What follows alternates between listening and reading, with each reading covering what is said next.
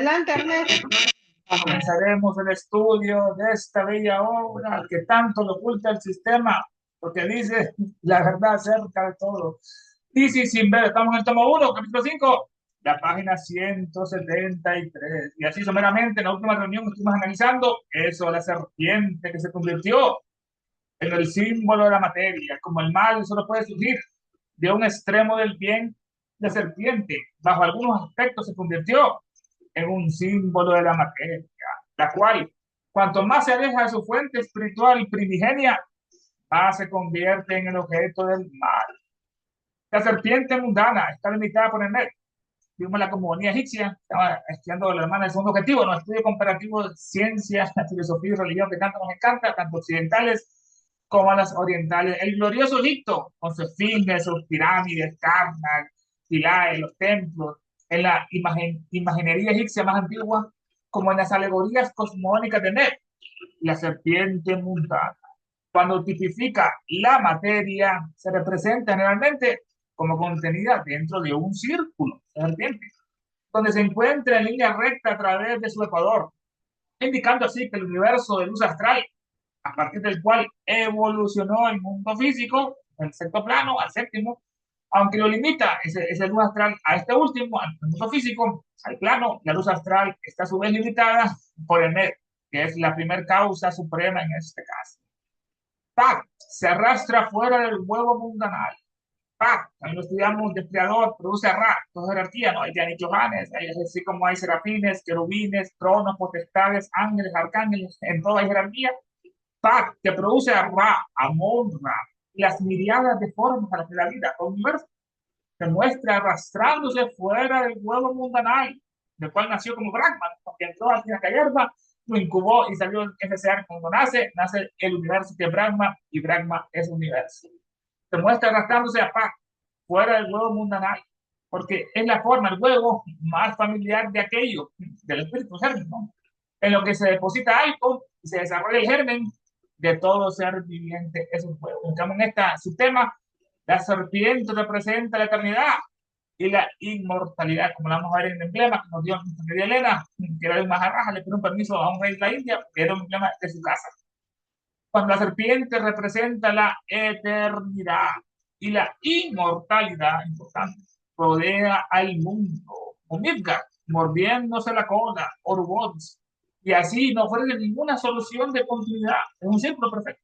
Entonces, se convierte en la luz astral, otra vez aparece. Con la serpiente, que nos dice el glosario algo interesante, ¿no? Ah, ya. Es un fuego invisible subterráneo que hay en la Tierra, ese fuego invisible subterráneo que produce volcanes.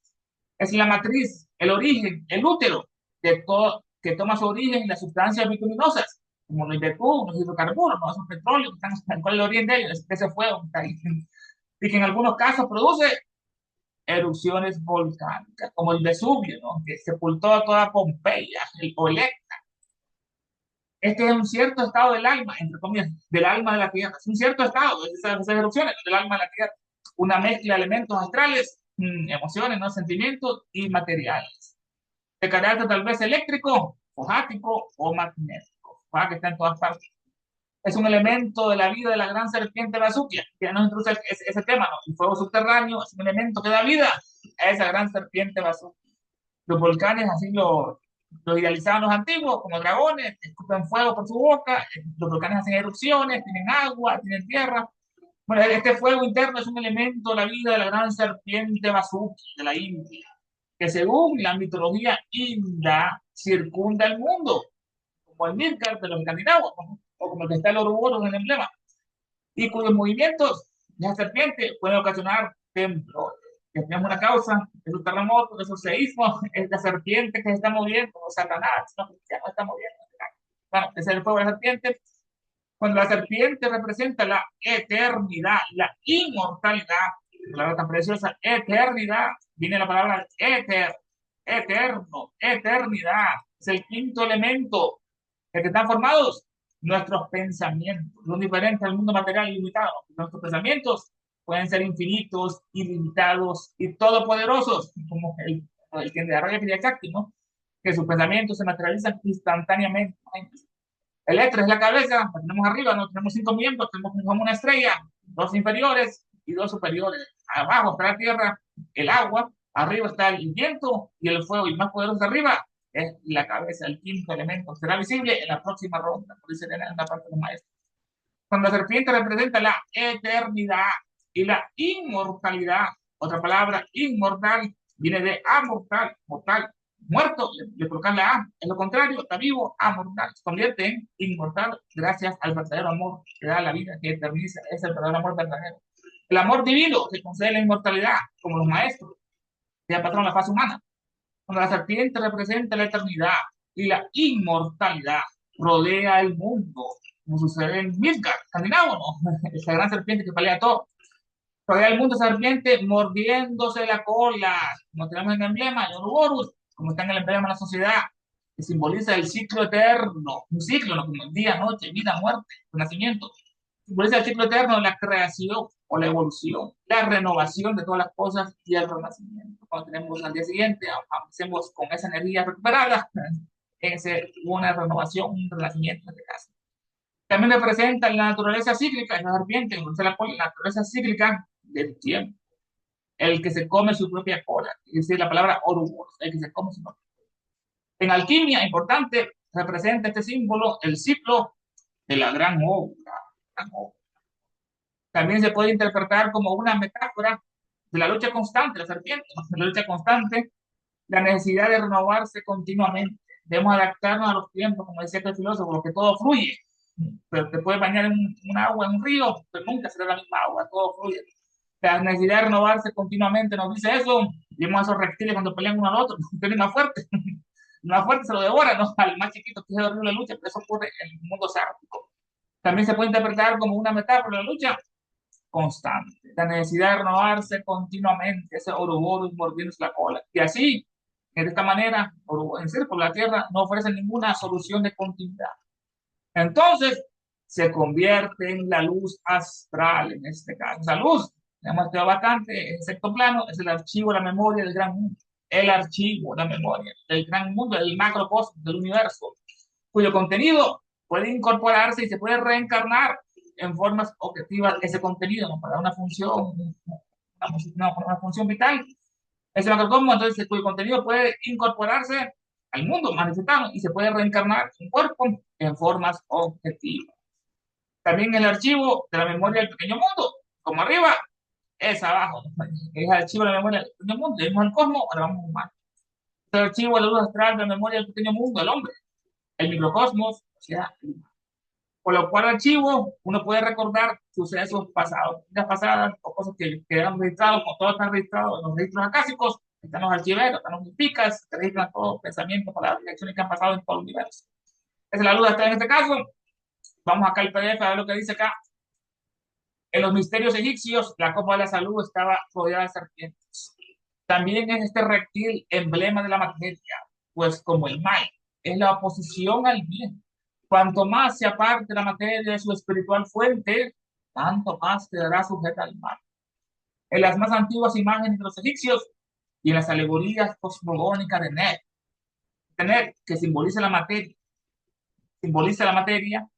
una serpiente dentro de un círculo hemisférico cuyo ecuador cruza en línea recta para dar a entender que si el universo de luz astral envuelve al mundo físico, el emanono, queda a su vez el astral envuelto y limitado por el Net, la causa primera. Pa, engendra Ra, con las miriadas de formas que vivifican. Y ambos salen del huevo mundial, porque el huevo es la más común modalidad generativa de los seres vivientes. Los ovíparos, los pájaros, bueno, los huevos. El hombre antes nacía del huevo, literalmente, no nació del huevo, no nació de sudor, porque el huevo es la más común modalidad generativa de los seres vivientes. La eternidad del tiempo, lo que estamos hoy, y la inmortalidad del espíritu, allá no dice espíritu en el original, no, ahí dice todo, la eternidad del tiempo y la inmortalidad, bueno, aquí del espíritu, están simbolizados en la serpiente, que circunda al mundo y se muerde la cola sin dejar solución de continuidad en este caso. También simboliza entonces a la luz astral. El éter Zeus es el cielo empirio más elevado. Vamos a esa palabra, empirio. Hermosa palabra. Ven, aquí cambia de tema. Nos dice, los discípulos de la escuela de Ferécides enseñaban que el éter, paréntesis, Zeus o Zen, es el cielo empirio más elevado, que encierra el mundo supranatural y su luz astral es el elemento primordial concentrado. En aquella traducción es diferente esto, que vamos a analizar. Nuestros discípulos de la escuela de Ferécides enseñaban que ese éter es el cielo empírico. Que Ferécides es una gran personalidad, un gran individuo. Nos dice que nació en el siglo VI, sexto antes de Cristo. Un famoso filósofo presocrático, antes de Sócrates y después de Sócrates seguía la filosofía griega, ¿no? De Occidente. Fue tío y maestro de Pitágoras. Aquí ya sabemos por qué este hombre sabe tanto, por su tío, no le inculcó el ABC del misticismo. Fue tío y maestro del gran Pitágoras y de Anaximandro. Fue uno de los primeros pensadores griegos en haber escrito en prosa y no en poesía. Y es considerado uno de los 7 sabios de Grecia, con Pericles, Ferecis, uno de los 7 sabios de Grecia.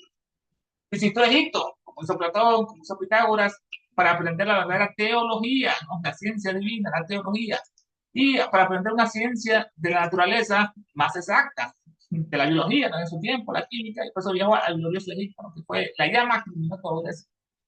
Una ciencia de naturaleza más exacta, como estudió la matemática, como esos sacerdotes egipcios, la aritmética, la geometría y la astronomía.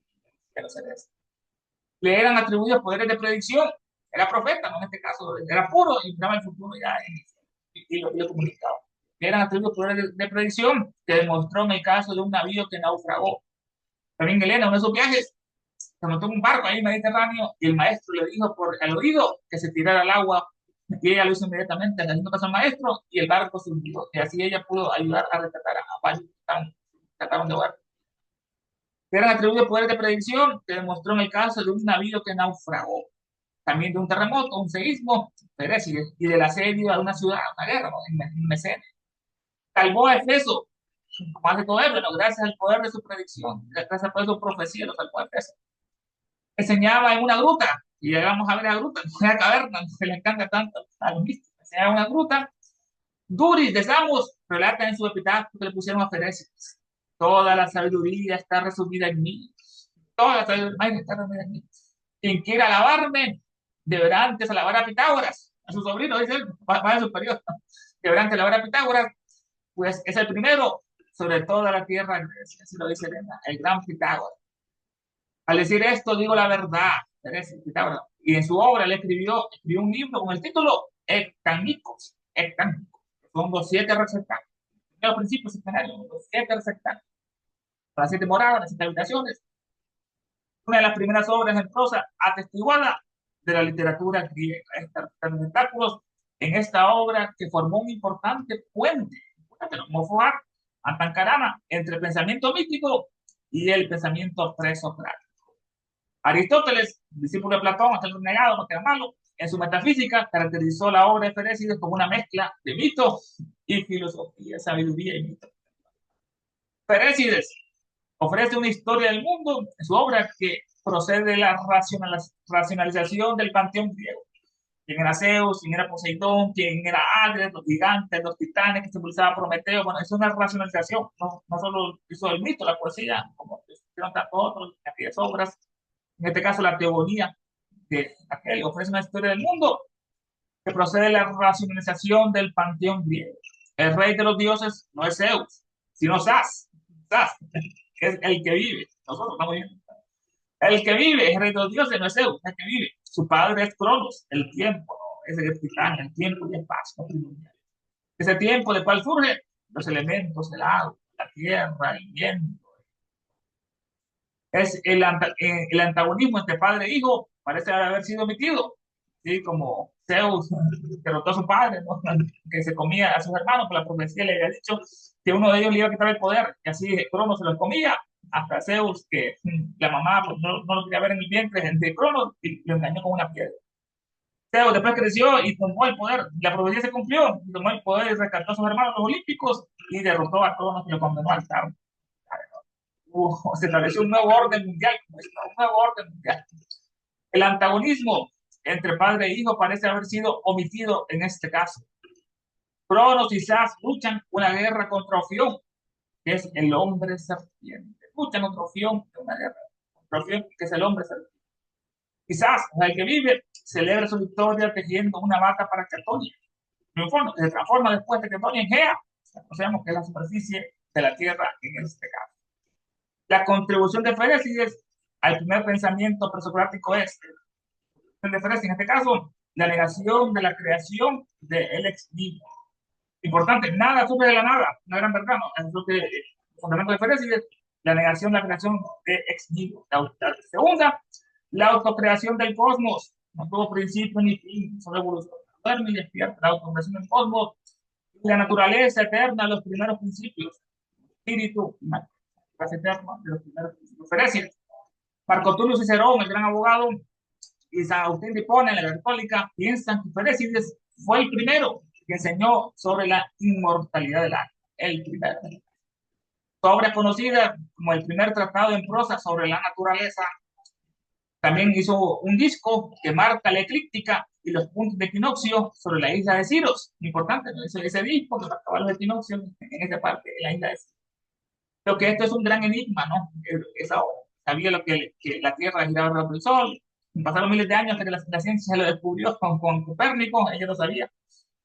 Esto es lo que es un enigma, esto es solsticio, que esa piedra, ya que Homero menciona ya estos tropais, los trópicos del Sol, menciona estos trópicos del Sol sobre la isla de Siros, en el diálogo de Odiseo y el porquero Homero en la Odisea. Hablan de esos círculos de esa parte, ¿no? Homero. Pero la isla de Siros en el diálogo menciona, en el diálogo de Odiseo y el porquero Homero en la Odisea. Vuelve a Ítaca, Atenea lo transforma en un anciano para que no lo conozcan sus enemigos, los pretendientes, y ahí tiene una práctica con su fiel carnicero Homero, y le cuenta este relato de Feréside. Este texto que nadie ignora da al personaje de Feréside una silueta un poco maravillosa e irreal en este caso, tomada desde el punto de vista del prisma del relato homérico, de la Odisea. Bueno, los discípulos de Feréside enseñaban que el éter, Zeus en el éter, estamos viendo, este es un agente material, dice Elena en una parte, es un agente material. Si bien hasta ahora ningún aparato físico ha podido describirlo, es material, en este plano. Mientras que la casa es un agente distintivamente espiritual, no hay que confundir con el éter, la luz atrás y la casa. Los discípulos de la escuela de Feréside enseñaban que el éter de Zeus es el cielo empírico más elevado. Este Zeus es el padre de los dioses. En la mitología griega, realmente es el aéter, Zeus. Zeus es el aéter, es la divina sustancia luminífera. Divina sustancia luminífera que impregna todo de todos los aires. En la vestidura de la deidad suprema Zeus, hablamos de la patria. En esoterismo, ocultismo, el aéter es el tercer principio del centenario cósmico, físico, astral, viene el prana, que es el aéter. Entonces acá, siendo el plano universo físico el primero, más bajo, el físico, después viene la luz astral, que es el segundo principio del cosmos, y el tercero, y ahora viene el prana, o el jiva, le dicen que aquí lo equivalen al aéter. Así es ese uso. Los discípulos de la escuela de Feréside enseñaban que el éter, que Zeus es el cielo empírico más elevado. Ese empírico, si vamos a la analogía de la palabra, empírico quiere decir en el interior del fuego. Piros, pirómano, una palabra pirómano, piros, en el interior del fuego es el empírico. Es el interior del sol, físicamente, ¿no? Es el interior del sol central espiritual, profundo, espiritual sol, o es el interior del infierno, como nos hacen creer, ¿no? Adentro del fuego eterno, donde mora, reside el buen Lucifer. Este es el Dios supremo manifestado. Como dice Elena en otra parte, es nuestro padre espiritual, es el diablo, no es Satán, es Lucifer, él es el verdadero hueso, Jehová es el más precioso. Es el Dios supremo manifestado. De otra parte, no es en el empirio, esta es una visión más cristiana, es el más alto de los cielos, el más alto de los cielos, el séptimo cielo en este caso, el tercero, el séptimo, donde está lo divino, no la divinidad, no Dios, no, lo divino, la sección, que es la presencia plena de la divinidad, la presencia plena. Hay un anciano sentado ahí tirando rayos, ¿no? con barba blanca. Ahí está la presencia plena de la divinidad con sus arcángeles y los privilegiados, en este caso, los bienaventurados. Ese es el empirio. Y las almas acogidas en el paraíso. Dicen los discípulos de la escuela de Feréside enseñaban que el éter Zeusen es el cielo empíreo, el más elevado, que encierra el mundo supranatural, ese éter, que lo encierra, ese mundo. El PDF dice, donde está el mundo superior, espérate, no, que está encerrado, que lo envuelve, a donde está el mundo superior, que encierra al mundo supranatural, donde está el mundo superior, supranatural, más allá de naturaleza. Su luz, en este caso, que es astral, es el elemento primordial concentrado, es el elemento astral, el elemento primordial concentrado, es empírico. El astral existe uniformemente en todos los espacios interplanetarios. La luz astral existe en todas partes, incluso en los espacios entre los planetas. Sin embargo, es más densa y más activa alrededor de ciertos objetos a causa de su actividad molecular. Esto ya es físico, ¿no? Ya no tiene moléculas, de acuerdo a su actividad molecular, especialmente alrededor del cerebro y de la médula espinal de los seres vivos. Ahí se concentra más esa actividad molecular de la luz astral, que están rodeados de ella, de luz astral, como si fuera un aura luminosa, ese aura luminosa, ese mismo que los discípulos de la escuela de Ferecis enseñaban que el Zeus, Éter, Zeus, es el cielo empíreo más elevado, que encierra el mundo supranatural. Su luz, el astral, es el elemento primordial concentrado. Elemento primordial concentrado. O sea, acá la traducción original, ya, el PDF dice lo siguiente: la luz astral es la concentración de la sustancia primaria. Muy diferente, ¿no? Este concepto, ¿no? La sustancia primaria, le hemos dicho que es la casa, aditi, la prakriti, el esbaba, el ocultista. Y su luz, el astral, es el elemento primordial concentrado. Los discípulos de la escuela de Ferecis enseñaban que el éter Zeus es el cielo empírico más que encierra el mundo supernatural. Su luz, el astral, es el elemento primordial concentrado. Acá el PDF, la eternidad del tiempo y la inmortalidad del espíritu están simbolizadas en una serpiente que circula el mundo y se muerde la cola sin dejar solución de conflicto. También simboliza entonces la luz astral. Los filósofos de la escuela de Ferecis enseñaban que el éter, el Zeus, es el cielo superior o empírico, o donde está el mundo superior, donde está el mundo superior, cuya luz, parece el astral, es la concentración de la sustancia primaria. Y vamos a ver rápidamente, hermano, si puede ver aquí lo que es esta imagen. Vamos por aquí, vamos a mirar por aquí. Aquí está el emblema. Primero hablamos del Ouroboros, un símbolo que es importante analizarlo, ¿no? Tenemos la serpiente que se muerde la cola, representan los ciclos de la eternidad, el tiempo, la renovación constante, la lucha, como digo ahí en esa parte, mira cómo le envuelve. También se envuelve todo el mundo, en este caso, como nos dice los escandinavos, la EGA, la mitología escandinava, el Midgard, ¿no? Que rodea todo el mundo de los humanos. La serpiente, como dicen los indios, que es el Basuki, cuando se mueve, provoca erupciones volcánicas y terremotos. Esa serpiente se está mordiendo la cola, Ouroboros, por ahí me lo puso ahí, este elemento. Y aquí arriba, este es serpiente emblemática, este es el sol.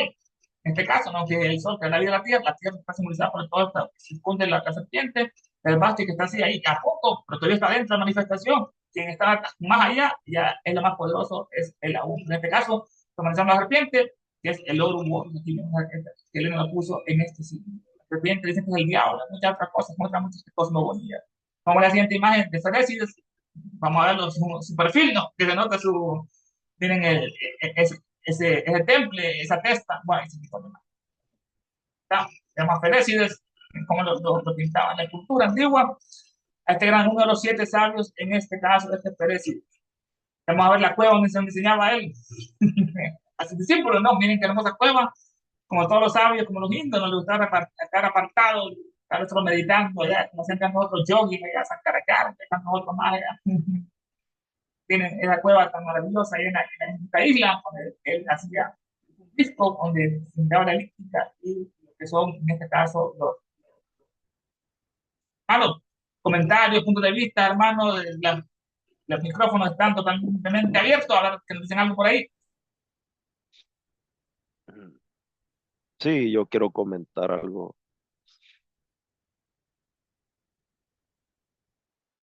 Este, todo esto que se leyó, se estudió y lo estamos tratando de discernir. Eh, Me catapultó al Génesis, la creación. Eh, cuando el espíritu sobre las aguas se movía. Entonces viene el primer ciclo mambantárico, cuando este hilo sutratma se deja venir del cielo. ¿Se acuerdan la alegoría del mar de fuego en el cielo, que son estas miriadas de estrellas que había que los cristianos condenaron como los demonios, que somos nosotros mismos? Son este hilo sutratma que ensarta las cuentas de vida en vida, que representa a Brahma, Vishnu y Shiva. Todo ello ya lo traemos nosotros. Ahora, ese hilo sutratma que ensarta este cuerpo, que está dentro de este cuerpo como una perla, el hilo sutratma es la semilla en el ser humano para que vuelva otra vez por así decir, a procrear, pero pues no es procrear, somos siempre eso y vamos a seguir siendo eso. Entonces, ahora yo me imagino cómo el espíritu se movía sobre las aguas del vientre de mi madre antes de que el feto fuera formado. Entonces viene el primer ciclo del mineral, después el vegetal, animal y ser humano, el desarrollo dentro del vientre de la madre. El espíritu, cómo es que se enlaza o esa semilla brota, ese hilo sutratma, o ese átomo en expansión, ese Dios, por así decirlo, ¿no? Es bien interesante, me llamó mucho la atención porque este mismo hilo sutratma se refiere a esta serpiente mundanal. Ahora como Dios interno dentro de mí, esta serpiente desciende desde la parte superior de mi cabeza hasta abajo y vuelve a ascender. Sonida y Pingala en medio de Shushunma, que lo circundan en espiral hacia arriba y hacia abajo. Gracias, es todo.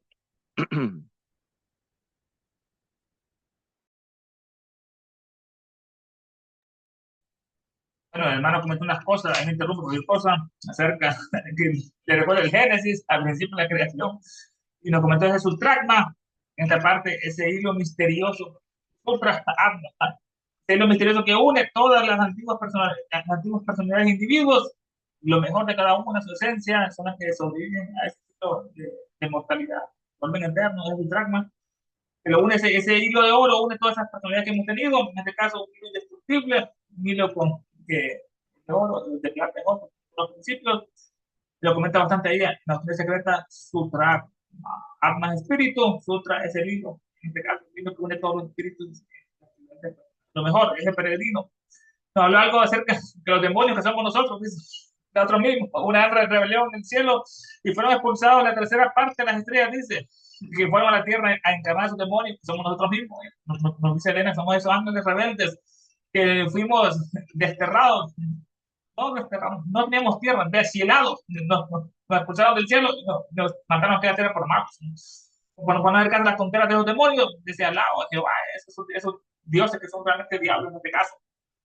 Los espíritus nos decía que recordó el espíritu que se movía en el vientre de su madre, una gran analogía, ¿no? El vientre está lleno de líquido amniótico, el niño está flotando ahí, respirando en ese líquido amniótico, se parece mucho a esas aguas primordiales que hemos estudiado en otra parte, y nos habló de ese Dios interno que está dentro de nosotros, esa serpiente que desciende y ya después hay que subirla por esos orificios, Chuchuma, Ida y Pingala, en este caso, ese kundalini, esa energía que está en el hueso sacro, el hueso que está por el coxis, que es el hueso que se llama literalmente sagrado, está en la cadera, el hueso sagrado, el sacro. No sé, hermano, otro punto de vista por ahí.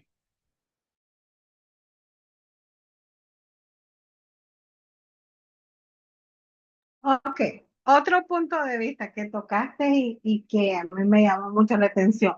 Todavía hay un meollo de esa bendita luz astral y akasha, ¿verdad? Ahí hay una parte de que no, dónde, hasta dónde llega la luz astral y hasta dónde está akasha.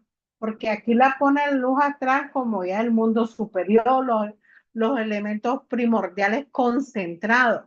Entonces, no sé si estos elementos primordiales concentrados son sinónimos del prototipo, pero del prototipo inferior, porque se está hablando de la luz astral. Ahí me quedo con eso, ¿verdad? Porque no está hablando, no está tocando lo que es Akasha, sino que está hablando de la luz astral, vuelvo y repito. Hablaste del fuego. Bueno, existen innumerables mitologías, simbolismos del fuego, ¿no?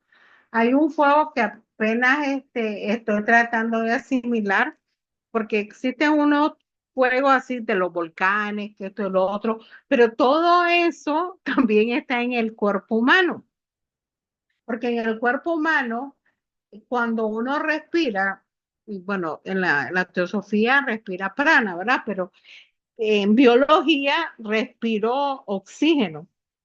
Ese oxígeno, sin tocar la teosofía, ese oxígeno dentro de mi cuerpo se transforma en un fuego porque es el que hace la digestión. Entonces digo yo, Fófiro, de cómo es que el cuerpo humano, el micro, está concentrado absolutamente todo, este bendito fuego. Y hablaste también de los querubines. Y los querubines, hay una parte que es lo que significa estar cerca del fuego. Y los querubines, lo único que me acuerdo de los querubines son creo que se llama el arca, donde puso un señor que puso los 10 mandamientos y que ese aparato se perdió. A ver, Ernesto, ¿cómo es que se llama eso? Donde guardaron los 10 De la mandamientos. alianza. Esa vaina, esa de la alianza, que están dos querubines. Pero la palabra querubines significa estar cerca del fuego. Entonces, una simbología muy, muy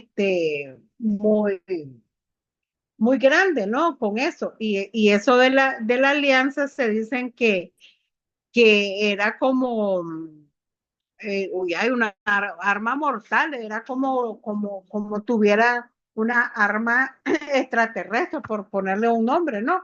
Porque basado en eso es que ese ejército que tenían eran invencibles y que cuando lo robaron, bueno, ese es otro cuento. Bueno, vamos al fuego, ¿verdad? Porque si no, ya me voy a otra cosa. Y también se habla de que eso hacía, pero fíjate cómo voy entendiendo, y si tú voy entendiendo mal, corríjanme ustedes, por favor, porque dice que caía mana del cielo, pero mana, si la pongo con lo que estamos estudiando, no era un pan, bueno, era un pan simbólico porque era la sabiduría que se estaba dando. Y pero qué interesante ahora cuando dice en unos pasajes de la Biblia, ¿no? Que dicen que no podían guardarlo, que solo tenían que recoger lo que se podía digerir, ¿verdad? Entonces ahí es cuando yo me quedo y eso que tengo anteojos, pero se me ponen más cuadrados los ojos, porque va entendiendo que la simbología del Antiguo Testamento es eso, es pura simbología mística, es pura introspección que si no tengo la nota clave, pasa por lejos. Y aquí habla de Zeus, ¿verdad? De Zeus o Zen. Hay, bueno, lo paso como lo escuché, ¿no? De una de las lecturas que encontré. Así como el OM, el AUM es la fuerza suprema, al absoluto, podríamos, el sinónimo, ¿no? Y el OM, el OM, es ya el verbo. Entonces, digo yo, pues, ¿y por qué antes no lo había entendido? Pues porque no me había tocado, ¿verdad? Pero ¿cómo es que luego todo esto que estamos leyendo, la serpiente, la eternidad y los ciclos que vamos dando, de que nada quede estable, porque si queda algo estable, se deteriora más bien, ¿no? Se moece como cualquier cosa y se destruye. Entonces, por eso es que a veces yo me digo a mí misma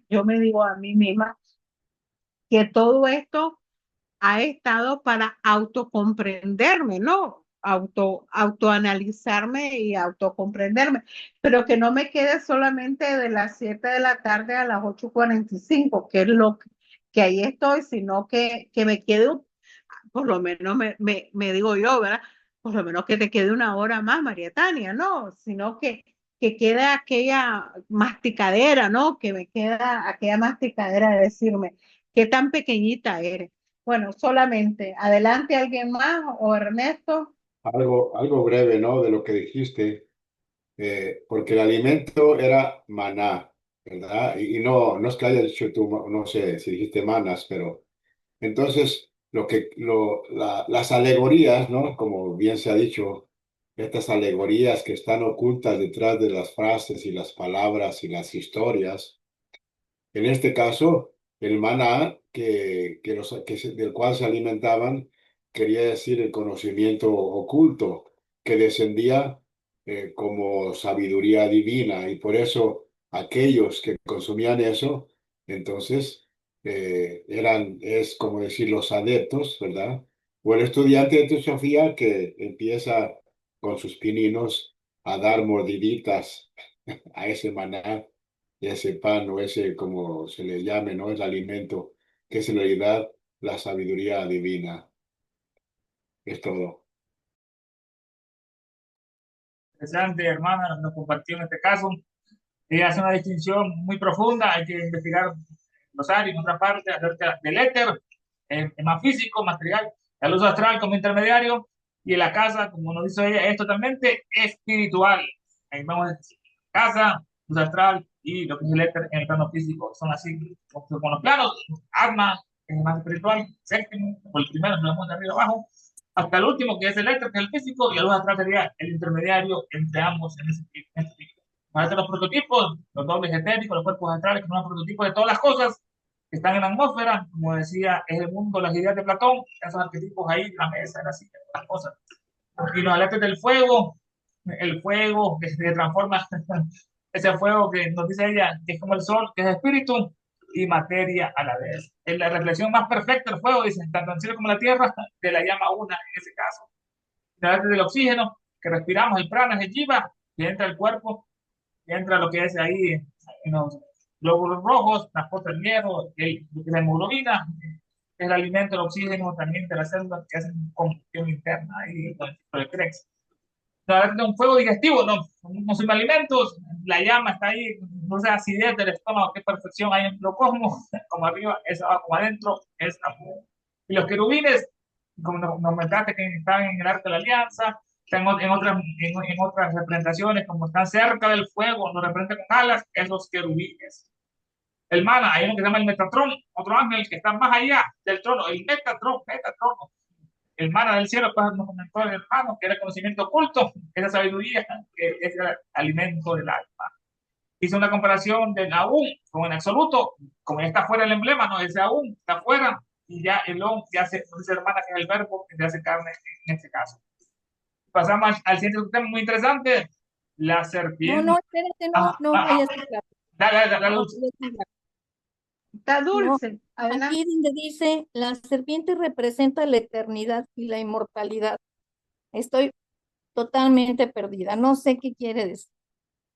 Dice, te leo lo que dice, cuando la serpiente representa la eternidad y la inmortalidad, rodea el mundo, mordiéndose la cola. Y así no ofrece ninguna solución de continuidad. Entonces se convierte en la luz astral. ¿Qué quiere decir eso? Tiene varias interpretaciones, hermana. En este caso, analizamos la serpiente que está en el emblema, gráficamente, que se muerde la cola. Eso es como el infinito, ¿no? Como la de Niscata, es un símbolo como el 8 acostado, ¿no? Que es eterno, que es infinito. En este caso, nos da otra representación en este símbolo de la serpiente que se mueve se muerde la cola, que es un círculo, ¿no? Está rodeando el mundo y por ende se hace inmortal. Porque el círculo representa lo que es lo infinito, lo ilimitado, no tiene límites, es eterno del círculo, hace una comparación con esa serpiente que representa la eternidad del tiempo, en este caso, que estuvimos analizando los Ouroboros, los ciclos del día y la noche, Pralaya, Mahakalpa, nacimiento, muerte, ahí entran en otros ciclos. Y también en el otro sentido, que tú dijiste, la inmortalidad, también representa este símbolo, la serpiente, no, la serpiente se asocia también a la sabiduría divina, que es la única que nos puede hacer inmortales, como en caso de los maestros que estuvimos analizando, que pasaron su ciclo humano en la luna, ahora son maestros que son inmortales. Pero no sé si otro hermano quiere comentar algo acerca de tus dudas, no sé si, cómo quedaron. Bueno, Pero, como sí, pero no entiendo entonces por la relación con que entonces se convierte a la luz astral. Sí, en este caso nos da eso, con la serpiente se representa la eternidad y la inmortalidad, rodea el mundo. Analizamos la mitología escandinava, Midgard, mordiéndose la cola, y así no ofrece ninguna solución de continuidad. Entonces, la serpiente también simboliza en este caso a la luz astral, que lo hemos visto que no es ni mala ni buena, es solamente el hombre cómo se porta, sus emanaciones, sus mentiras, sus engaños, sus buenas obras, es que representa después esa luz astral, que donde van todos estos pensamientos, estas malas acciones, van a la luz astral y después las devuelven, como dice ella, las devuelve intensificadas, que se hace como enfermedades o epidemias, en el caso malo, o bendiciones o bendiciones en las personas que se han portado bien. En ese caso, se convierte en la luz astral, esa serpiente que estamos analizando en estos mitos. Hermano Roberto, no, solamente iba, me dejó pensando la pregunta, ¿verdad? Porque como nos leyó Dulce, sin dejar solución de continuidad. Y uno pensaría que es todo lo contrario, ¿verdad? Pero claro, aquí cuando después de eso, como ya se dijo, que se convierte en la luz astral. Pero esta parte sin dejar solución de continuidad, porque uno está acostumbrado a ver esta serpiente mordiéndose la cola como algo de continuidad. Y no sé si creo que Dulce iba por ese lado. Entonces, para mí tal vez se refiera a que al morderse la cola, diríamos que relativamente hay comienzo y fin. Podríamos verlo de la forma metafórica que así como el día tiene comienzo y fin, ¿verdad? Viene la noche, viene otro día, relativamente hablando. No sé, es lo único que puedo pensar en cuestión de manifestaciones, ¿verdad? Que hasta que relativamente no tienen continuidad, sin embargo, de otro punto de vista, es todo continuo. Y en este caso, ¿por qué se convierte en la luz astral? Eh, Tal vez porque la luz astral simboliza todas lo que podamos imaginar de la humanidad, lo que estamos pensando, nuestros pensamientos, emociones, pasiones. Por eso la luz astral, diríamos que es más mala que buena, aunque todo es septenario, ¿verdad? El plano astral es septenario. En este caso, la luz astral siempre se refiere a todo porque si recuerdan la frase de que recibimos lo que le damos. Entonces, lo que actualmente la humanidad lo que vemos en el mundo sucediendo, del punto de vista psíquico y mental, se almacena y se le llama la luz astral. Y como que es como que es un alto, un paro, porque ahora tenemos que estar trabajando con eso que estamos creando y no nos deja avanzar. Tal vez de ese punto de vista se refiera a que no hay solución de continuidad temporalmente, ¿verdad? Pero bueno, puede haber otras opiniones sobre eso. Sí, También gracias. Ahorita como que ya me quedó un poco más claro. Al no, dice, y si no, y así no ofrece ninguna solución de continuidad, porque, porque es como algo cíclico, ¿no? Que sigue sobre, no hay solución porque todo se sigue repitiendo, se sigue repitiendo un ciclo tras otro. ¿Es eso a lo que se refiere? Yo creo que sí, No, por eso, como el ninguna cuerpo físico, solución de sí. continuidad. O sea, quiere decir que todo está, que sigue continuando, Y a la ¿sí? vez, sí, y a la vez como el cuerpo físico nace y muere, no puede continuar este cuerpo físico. Otras cosas continúan, pero bueno, hay muchas formas de verlo.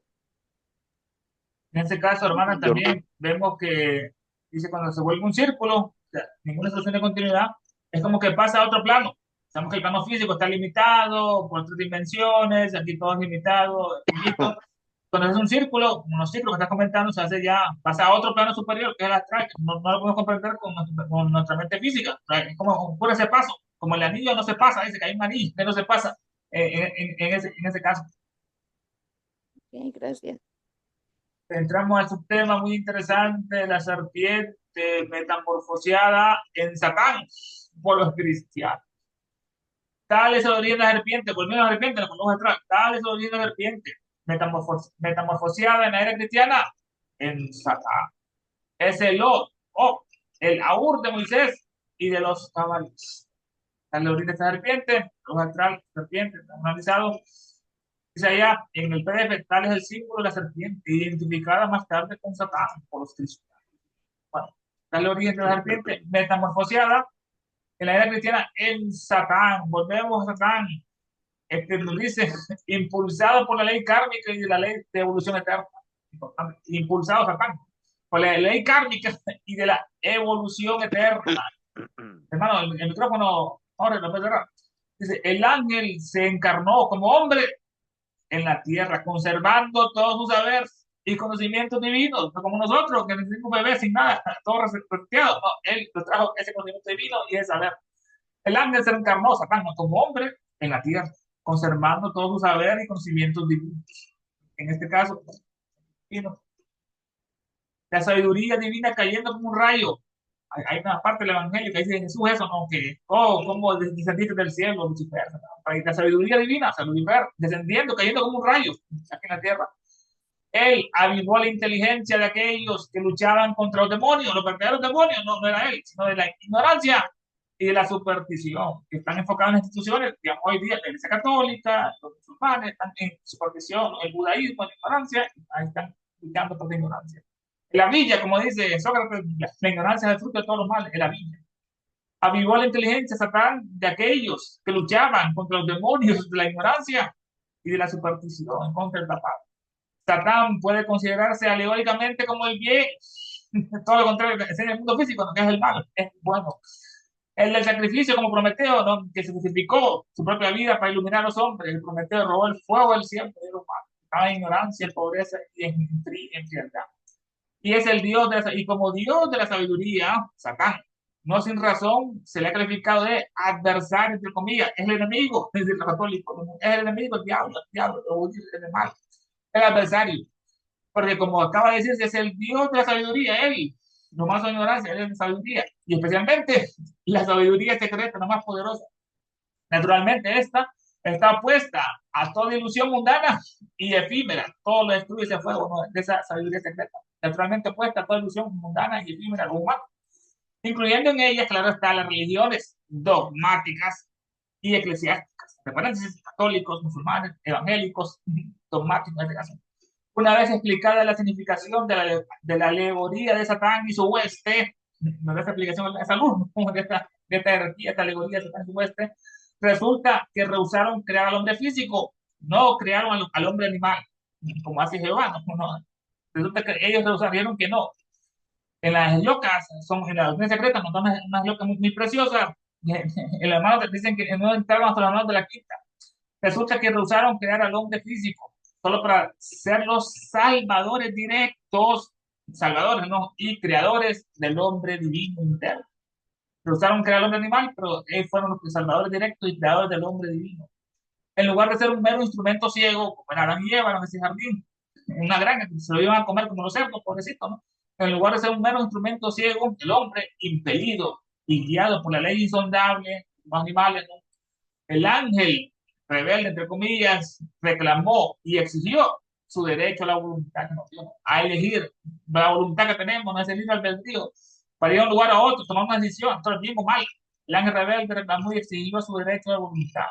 Y juicio independiente, no somos robots, su derecho de libre acción y responsabilidad de las obras que hagamos, tanto para el bien como para el mal, somos responsables de todo eso, puesto que el hombre y el ángel son iguales ante la ley kármica, somos iguales, el ángel y el hombre, hasta que la sabiduría descendió de lo alto para animar a la tercera raza, como dice Elena, los lemures, que ocurrió literalmente hace 18 millones de años, que el hombre agarró la mente, que vinieron las grafías celestiales y les enseñaron a los hombres, básicamente ya toda la ciencia y toda la arte, la agricultura, tantos otros, aquel Obama, hasta que la sabiduría descendió de lo alto para animar a la tercera raza, ante el hombre un animal, ante la raza hiperbórea y la raza de estas polares, y llamarla a la verdadera vida consciente, con los demures, la verdadera vida consciente. La humanidad estaba condenada entonces a la muerte moral si no fuera por el diablo, como si fuera en este caso. Todo el sacrificio que hizo esta jerarquía en este caso. Tal es el origen de la serpiente, metamorfoseada en la era cristiana en Satán. Es el Aur de Moisés y de los caballos. Este Ob, dice el glosario, quiere decir literalmente paso o tránsito. Paso o tránsito, el paso de aquella fuerza que es desarrollada por varias fuerzas menores. Seguimos fojando, se diferencia en la fuerza primaria, electricidad, luz, calor, cohesión, magnetismo, así los colores pasan por el prisma, la luz blanca y se diversifican en colores menores. Este es el paso de aquella fuerza que es desarrollada por varias fuerzas menores o por agentes tales como los imanes, magnetismo, acción química vital como las baterías o el calor. Se le denomina también como fuerza ódica o olímpica, una fuerza entitativa, una fuerza que está viva, una fuerza viva, independiente, que existe en la naturaleza fojada. Se hay almacenada en el hombre, tenemos a desfojada, oculta. Según nos dice Elifas Levi, esta mano, Elifas Levi dice, el Aur es un agente único, universal, de todas las formas y de la vida. Es activo y pasivo, positivo o negativo, hombre, mujer. Y es la primera luz de la creación, dice él, la primera luz de la creación. Pero hay que hacer una distinción de los tres términos mencionados, Od y el Aur. El Od es la fuerza pura de vida, este es el bueno, la fuerza pura de vida, como la luz del sol, la luz y oxígeno, o sea, es el fluido magnético. Pueden decir los filósofos, porque Od, término empleado por el varón de Reichenbach, para designar a su fluido vital, es también una palabra tibetana, que significa luz, brillo, esplendor. Asimismo significa cielo en un sentido oculto. Al otro, que es el malo, vamos, o. Este es lo contrario, no, este es negativo, este es el mensajero de la muerte, utilizado por los hechiceros. Es el mal fluido funesto, el funesto fluido maligno. Es la luz astral, o mejor dicho, sus malas corrientes dañinas, como decía,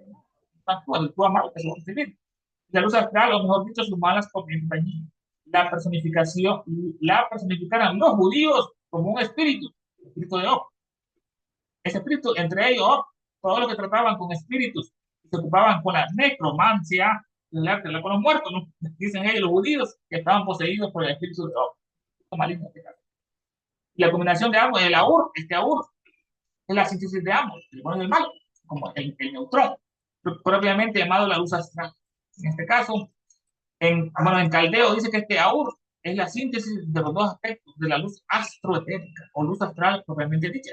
Y bueno, más profundos, es la síntesis de estos dos aspectos, ¿no? El bueno y el malo, de la luz astroetérica, los astros y etéricos, la luz astral propiamente dicha.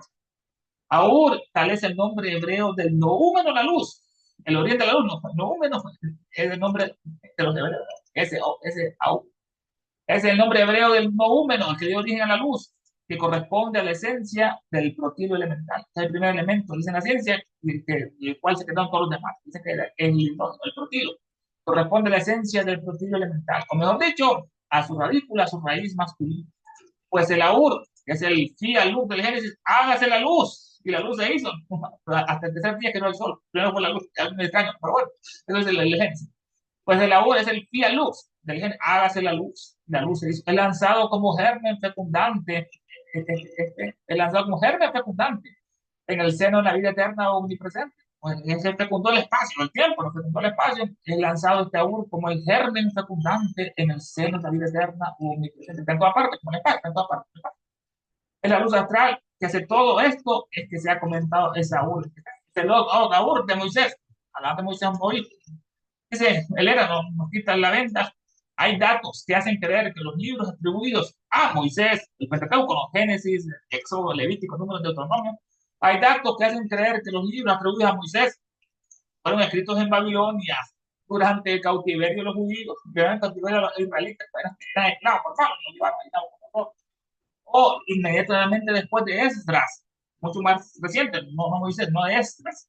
Hace muchos siglos que las fábulas orientales, los cuentos de Oriente, la India, atribuían a Baco, el canto Baco, todo lo que los judíos han dicho de Moisés. De Sargón, tomaron un de Pagón y demás.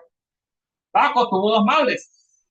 Había un decreto en Egipto, que los judíos eran muy perversos, que si nacía varón moría, si nacía hembra vivía. Los malos eran los hombres, eran muy depravados, eso de la sinagoga, que mataban animales, eso. Entonces había una ley. Y la mamá de Moisés no lo quiso matar, lo vio muy bien bonito, y dice la Biblia, violó a la hija del faraón, que está en el río, bañándose con su criada, y ahí lo puso en una canasta, ese nombre realmente Moisés, que salvaba en canasta, y lo mandó ahí vigilándolo, y la princesa lo miró y le gustó y lo adoptó. Paco tuvo dos madres, igual que Moisés. Paco cruzó el Mar Rojo con su ejército. ¿De dónde sacaron los judíos eso? Que abrió el Mar Rojo, convirtió el agua en sangre, Baco. Antes de Moisés, ¿no? Baco tenía cuernos y un tirso temible, una vara temible como Moisés, ¿no? Y tenía cuernos. La Biblia dice cuando Moisés subió al Sinaí y estuvo con Jehová, con ese demonio, dice que cuando descendió a los 40 días, dice que traía dos cuernos de luz en la frente. O sea, bueno, Baco tenía cuernos y un tirso temible. Fue criado en una montaña, Baco, denominada Nisa, el monte Nisa, que es muy parecido, es un anagrama de Sinaí, Nisa, Sinaí. Si cambiamos las letras, sale Sinaí, ese es el origen de Sinaí. Baco se vengó del rey de Tebas porque no quiso adoptar el culto que él traía, que era muy bueno, y se vengó de ese rey, como hizo Moisés en esta parte. Dice acá el poder fue lo siguiente: bueno, la eternidad del tiempo y la inmortalidad del espíritu están simbolizadas en la serpiente que se funde el mundo y se muerde la cola sin dejar solución de continuidad. También simboliza entonces la luz astral. Los filósofos de la escuela de Ferrécides enseñaban que el éter, Zeusen, es el cielo superior o envidio, donde está el mundo superior cuya luz astral es la concentración de nuestra primaria. Como ahorita, tal es el símbolo de la serpiente, identificada más tarde por los cristianos. Es el Od of Aur de Moisés y de los cabalistas. Bueno, comentarios, puntos de vista finales, ¿qué les pareció el estudio magnífico de esta noche, de esta obra monumental? Y si sin ver, no se puede ustedes más.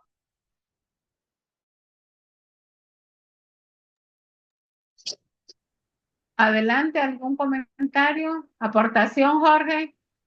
No, ya me voy a salir porque gracias a todos. Buenas noches. Me siento mal. Nos vemos la próxima semana. Que te mejores, buenas noches, Jorge. Sí, Sí. buenas noches.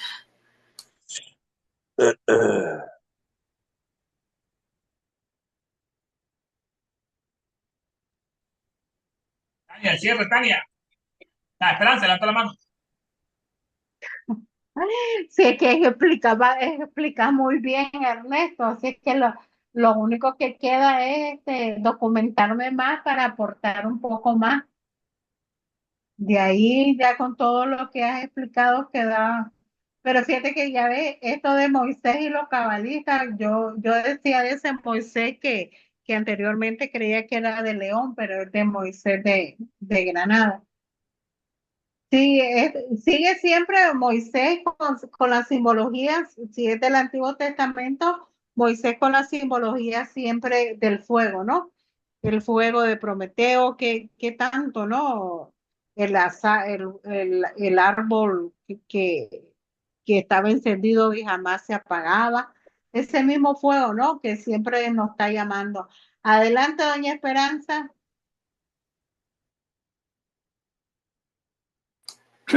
Ay, buenas noches. Mire, le quiero preguntar al señor Ernesto, el Akasha es la conciencia divina eterna que no puede diferenciarse, tener cualidades o actuar.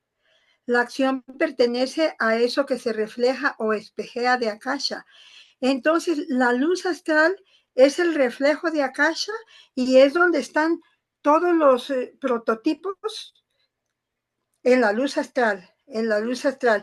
Pero entonces aquí, ¿por qué dice que cuando actúa, ay, perdón, sobre aquellos que son, que son arrastrados inconscientemente por su corriente, la luz astral es el opitón? Eso no entendí, disculpe, no sé si me pudiera volver a comentar. Esa parte, hermana, estamos viendo que lo que uno siembra, eso va a cosechar. Muchas personas imprudentes a veces hacen cosas negativas, y todo eso va a la luz astral y después la regresa. Aquí estamos hablando que las personas son arrastradas inconscientemente por esa corriente de luz astral y lo que han hecho, y en caso se convierte en otro, o sea, el malo y el pitón. Pitón es un símbolo, una serpiente que se lo va a comer a ese ser humano, ¿no? Por todo lo malo que ha hecho en ese caso. Y por eso fue arrastrado por esa corriente. En la siguiente clase, en la siguiente estudio vamos a ver eso, hermana. Y aquí vimos el aspecto negativo, y pero más adelante ya nos va a dar el aspecto positivo. Y cuando el adepto usa esas corrientes para ayudar a alguien, curarlo o mandar o ayudar a la evolución del planeta en el sentido correcto. Ah, perfecto, ya entendí. O sea que queda registrado en la luz astral el hecho o la causa, y esa se refleja después en lo objetivo y eso es las consecuencias. Exactamente, lo lanza como una serpiente, lanza ese veneno después que él mismo inoculó. Perfecto. En aspecto negativo. Muchas gracias. Gracias, entonces, gracias a todos por la participación, a cada uno de las aportaciones. Gracias, Ernesto, Roberto, Jorge ya se retiró. Nos vemos la próxima semana a la misma hora y en el mismo canal. Solamente que luego de la próxima semana ya no podré participar, estaré en Veracruz y en Oaxaca. Así que 2 semanas van a descansar de mi participación. Gracias. ¿Te vas de vacaciones? Buen viaje. Sí, me voy de vacaciones a Veracruz